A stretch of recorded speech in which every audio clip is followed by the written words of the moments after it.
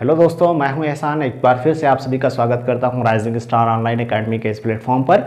जैसा कि पिछली आप लोगों ने वीडियोस में हमारे देखा था कि अम्ल, क्षारक तथा लवण क्या होते हैं, इस संबंध में हम लोगों ने बात किया था। तो उसमें हम लोगों ने पिछली 3 वीडियोस हमारी थी। उसमें पहली वीडियोस में हमने बताया था कि अम्ल क्या होते हैं, दूसरे में हम लोगों ने बात करी क्षारक क्या होते हैं, और तीसरी वीडियोज़ में हम लोगों ने बात करी थी कि अम्ल, क्षार और क्षार की अपक्रिया से संबंधित जानकारी ली थी।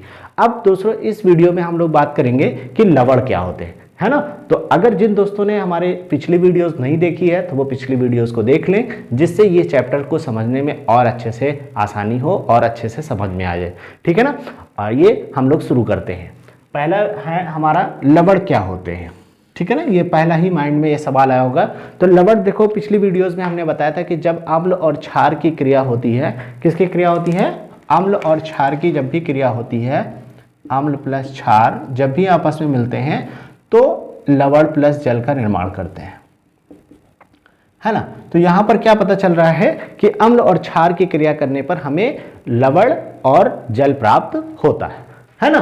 तो यहां पर एक बात और समझ लीजिए आप लोग कि वहां पर लवण क्या होते हैं, जब भी अम्ल और क्षार आपस में क्रिया करते हैं तो लवण बनते हैं, और लवण का जो पीएच मान होता है बेटा वो सदैव 7 होता है। कितना होता है, सदैव 7 होता है। ठीक है ना।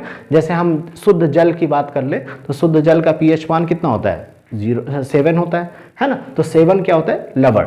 ठीक, तो आप लोग पीएच मान से भी इसकी वैल्यू आप जान सकते हैं।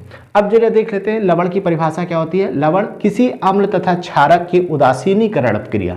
यहाँ पर मैंने वहाँ पे भी आप लोगों ने देखिए जरा पिछला आप लोगों ने अगर वीडियो देखी हो तो वहाँ पे आप लोगों को मैंने बताया था कि उदासीनीकरण अपक्रिया क्या होती है। वहाँ मैंने बताया था कि यदि अम्ल और क्षार आपस में क्रिया करते हैं तो इस अपक्रिया लवण और जल बनता है, और इस अपक्रिया को उदासीनीकरण अपक्रिया कहते हैं। वही बात यहाँ पर भी हो रही है कि किसी अम्ल तथा क्षारक की उदासीनीकरण अपक्रिया से प्राप्त आयनिक ठोस, क्या है, आयनिक ठोस लवण कहलाता है ना। अब एग्जांपल के तौर पे यदि हम हाइड्रोक्लोरिक अम्ल यानी HCl की क्रिया NaOH के साथ करा दें, यानी सोडियम हाइड्रोक्साइड के साथ करा दें, तो क्या होता है कि सोडियम हाइड्रोक्साइड यानी सोडियम क्लोरीन के साथ क्रिया करके, चूंकि ये परबल धन विद्युतीय तत्व है और ये परबल ऋण विद्युतीय तत्व है, तो परबल धन विद्युतीय तत्व परबल ऋण विद्युतीय तत्व के साथ मिलकर के NaCl बना लेता है। ठीक है ना। और साथ ही साथ यहाँ पे हाइड्रोजन को जब ये विस्थापित करेगा तो हाइड्रोजन OH आयन के साथ मिलकर के H2O का निर्माण कर लेते हैं। तो यहाँ पर जो ये NaCl है ये एक्चुअल में क्या है, हमारे पास लवण है। क्या है, लवण है ना बेटा। तो हमारे दैनिक जीवन में हम लोग बहुत सारे लवण का इस्तेमाल करते हैं। आप सब लोग जानते हैं कि लवण को ही हम लोग सोडियम, यहाँ पे जो NaCl है इसको हम लोग सोडियम क्लोराइड कहते हैं। सोडियम क्लोराइड ही हमारा क्या है, साधारण नमक है, जिसका इस्तेमाल हम लोग खाने पीने इत्यादि सामान में करते हैं। ठीक है ना। यदि हम नमक को ना डालें तो हमारे खाना क्या होता है, बेस्वाद हो जाता है, उसको कोई स्वाद कोई जायका नजर नहीं आता है ना। तो यहाँ पर हम लोग देखेंगे कि ऐसे ही बहुत सारे जो महत्वपूर्ण लवण हैं वो कौन कौन से हैं, और हमारे सिलेबस के अकॉर्डिंग जो भी होंगे उनकी जानकारी लेंगे। तो देखिए हम लोग पहला जानते हैं, यहाँ पे पहला देखते हैं कि कुछ महत्वपूर्ण लवण, महत्वपूर्ण लवण हम लोग देखते हैं कौन कौन से होते हैं। ठीक है ना। इंपॉर्टेंट सॉल्ट के बारे में जान लेते हैं। ठीक है ना। तो पहला है साधारण नमक, साधारण नमक। ठीक है ना, यानी इसको हम लोग बोलते हैं कॉमन साल्ट, कॉमन साल्ट। ठीक है ना। तो जब भी जो अब एक एक चीजें हम लोग जरा जानते हैं कॉमन साल्ट के बारे में। कॉमन साल्ट का जो अणु सूत्र होता है बेटा, अणु सूत्र यानी हम लोग देखते हैं अणु सूत्र जो होता है हमारा वो होता है NaCl। ठीक है। इसका रासायनिक नाम की बात अगर करें तो इसका नाम होता है सोडियम क्लोराइड, क्लोराइड। अब बात ये आती है इसे हम लोग बनाते कैसे हैं, तो हम लोग जान लेते हैं जरा। यहाँ पे बनाने के लिए इसकी विधि यही है कि हम हाइड्रोक्लोरिक अम्ल को जब भी सोडियम हाइड्रोक्साइड के साथ क्रिया कराते हैं तो NaCl हमें प्राप्त हो जाता है। तो देखिए करा के देख लेते हैं। जब भी क्या हमने बोला कि हाइड्रोक्लोरिक अम्ल यानी HCl की क्रिया जब भी NaOH के साथ कराई जाती है तो हमें क्या प्राप्त होता है, NaCl प्लस H2O। यानी जल प्राप्त हो जाता है। ये NaCl ही क्या है, साधारण नमक है ना। अब बात ये आती है कि साधारण नमक का इस्तेमाल हम लोग का मुख्य रूप से, पहले बात एक चीज़ और जान लीजिए कि यहाँ पे नोट करके मैं लिख दे रहा हूँ, जो बच्चे यहाँ पे लिख नहीं रहे हैं, जिनके पास कापी कलम नहीं है, वो स्क्रीनशॉट ले सकते हैं। तो इसका इस्तेमाल समुद्री जो इसका जो मुख्य रूप से जो इसका उत्पादन है वो समुद्री जल से है, ठीक है ना। और उसके अलावा यहाँ पे जो चट्टानी लवण होता है, चट्टानी लवण, ठीक है ना, इसे चट्टानी लवण भी हम लोग कह सकते हैं, क्योंकि ये चट्टान से भी प्राप्त किया जाता है ना। अब बात कर लेते हैं कि इसके उपयोग कौन कौन से हैं। तो इसका उपयोग हम लोग कहते हैं खाने में करते हैं। इसका उपयोग किस में करते हैं, खाने में, ठीक है ना। और बाकी बेकिंग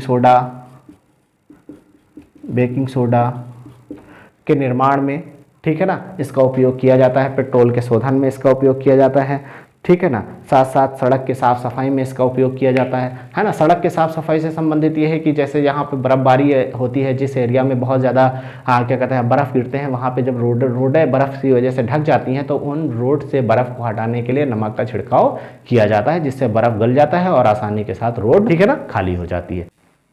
अगला प्रोडक्ट है बेटा कि कास्टिक सोडा, ठीक है ना, यानी सोडियम क्लोराइड के बाद, साधारण नमक के बाद जो दूसरा इंपॉर्टेंट हमारे पास जो प्रोडक्ट है वो है कास्टिक सोडा। कास्टिक सोडा को हम लोग जो है अगर जनरल भाषा में कहें तो उसे सोडियम हाइड्रोक्साइड भी कहते हैं। क्या कहते हैं, सोडियम हाइड्रोक्साइड कहते हैं। यानी इसका अगर अणु सूत्र की बात की जाए तो NaOH होता है, और रासायनिक नाम की बात की जाए तो सोडियम हाइड्रोक्साइड होता है, सोडियम हाइड्रोक्साइड, ठीक है ना। अब बात ये आती है कि इसे प्राप्त कैसे करते हैं। तो जब भी सोडियम क्लोराइड के जलीय विलयन को हम लोग जब भी विद्युत अपघटन कराते हैं, यानी उसमें जब धारा को प्रवाहित किया जाता है, तो क्या होता है कि ये टूट करके फिर से ये NaOH प्लस जो है क्या कहते हैं हाइड्रोक्लोरिक अम्ल में तब्दील हो जाता है। साथ साथ यहाँ पे क्लोरीन और ऑक्सीजन गैस।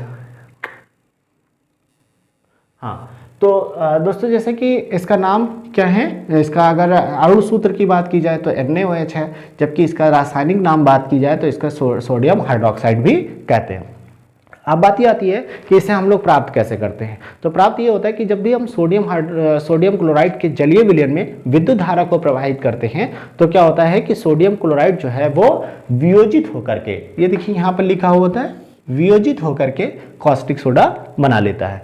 होता ये है यहाँ पे कि जब भी सोडियम क्लोराइड में जब भी हम विद्युत अपघटन कराते हैं, तो सोडियम क्लोराइड जो है वो टूट करके NaOH plus chlorine gas plus पानी में तब्दील हो जाता है। जरा रासायनिक अपक्रिया के थ्रू हम लोग जान लेते हैं। इसे हम लोग प्रयोगशाला विधि भी कहते हैं। कौन सी विधि कहते हैं, प्रयोगशाला विधि,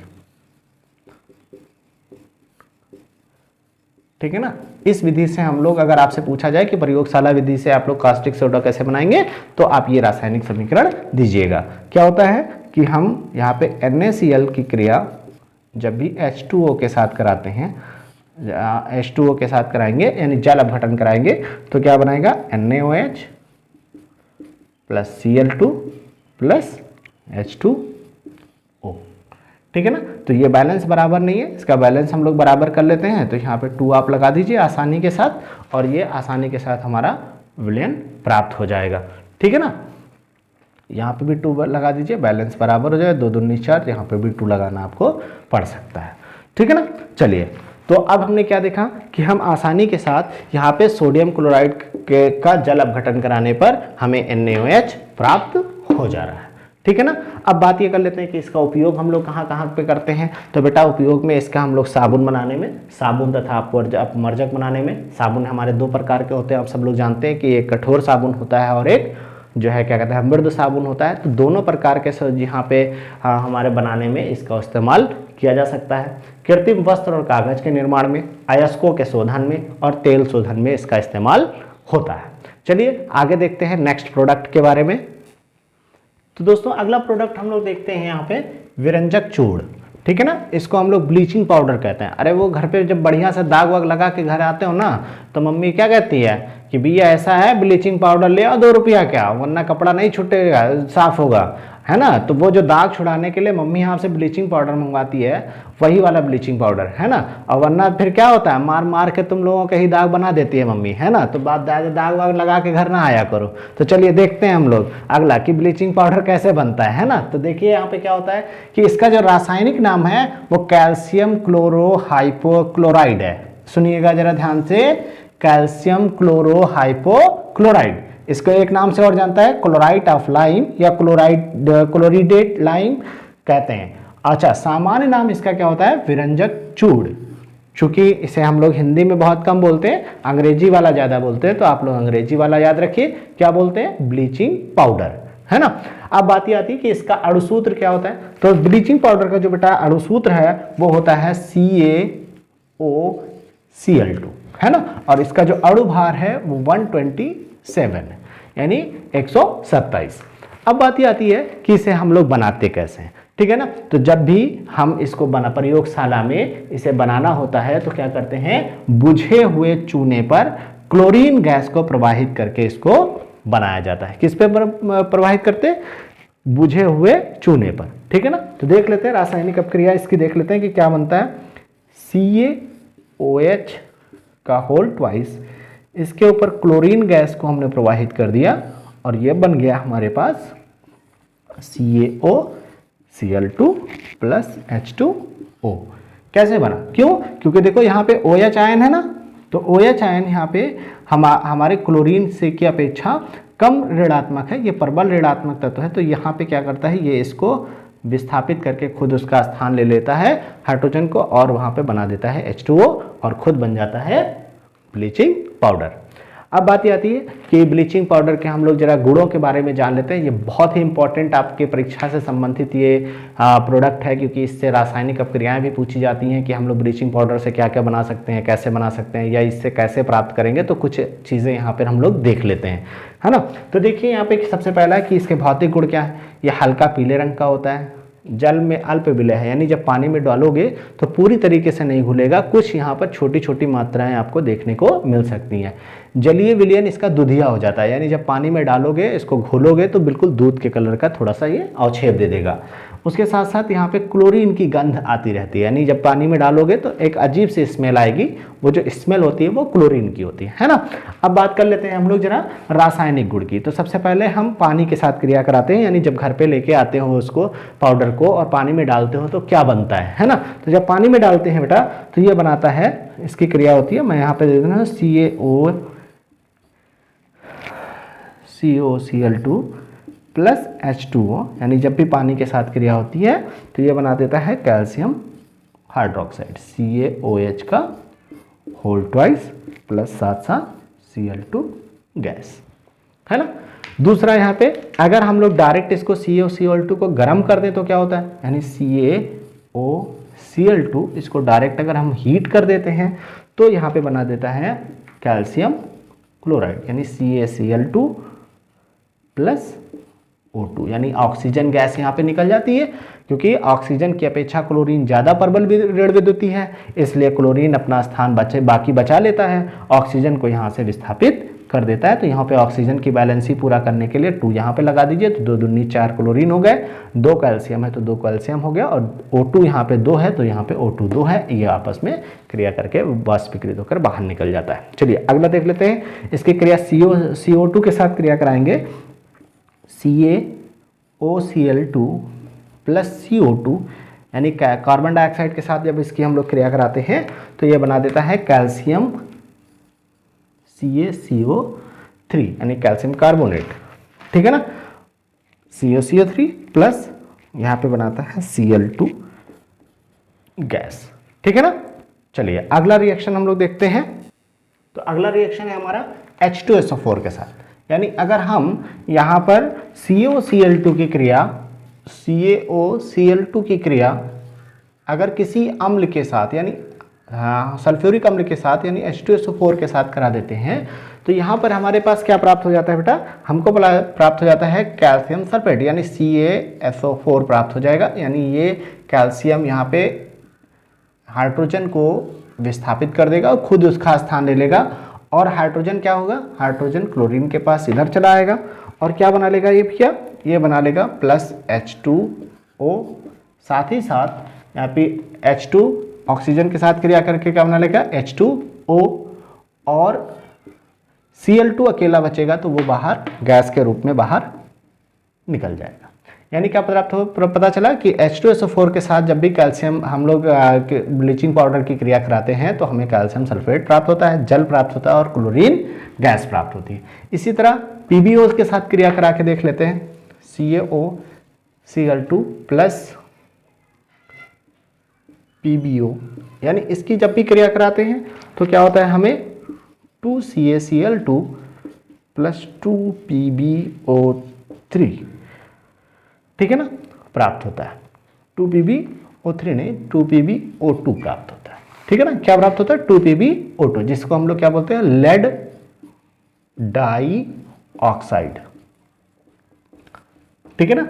तो हम लोग क्या देखा, लेड ऑक्साइड किसकी क्रिया जब भी हम ब्लीचिंग पाउडर के साथ कराते हैं तो हमें लेड डाइऑक्साइड प्राप्त हो जाता है।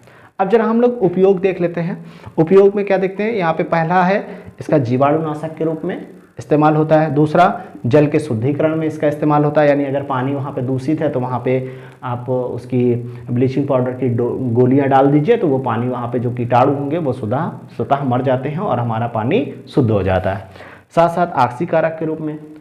और चौथा है चीनी के सफ़ेद करने में, यानी जो मटमैली चीनी होती है ना उसके रंग को साफ करने के लिए, वाइट चीनी प्राप्त करने के लिए हम इसका इस्तेमाल कर सकते हैं। दूसरा, क्लोरोफॉर्म के निर्माण में कर सकते हैं, है ना। तो अब दोस्तों ये मैंने देखा आप लोगों ने यहाँ पे कि ब्लीचिंग पाउडर का हम लोग रासायनिक इसके गुण कौन कौन से होते हैं, भौतिक गुण कौन कौन से होते हैं, उपयोग इसके जान लिए। अभी हमारे पास 2-3 प्रोडक्ट और हैं, उसको हम लोग जानेंगे अगली वीडियो में। सो बने रहिए मेरे साथ। आई होप कि आपको ये वीडियो आपको पसंद आई होगी। यदि ये वीडियो आपको पसंद आई है तो आप लोग चैनल को लाइक और सब्सक्राइब करना बिल्कुल भी ना भूलें, अपने दोस्तों के साथ शेयर करें।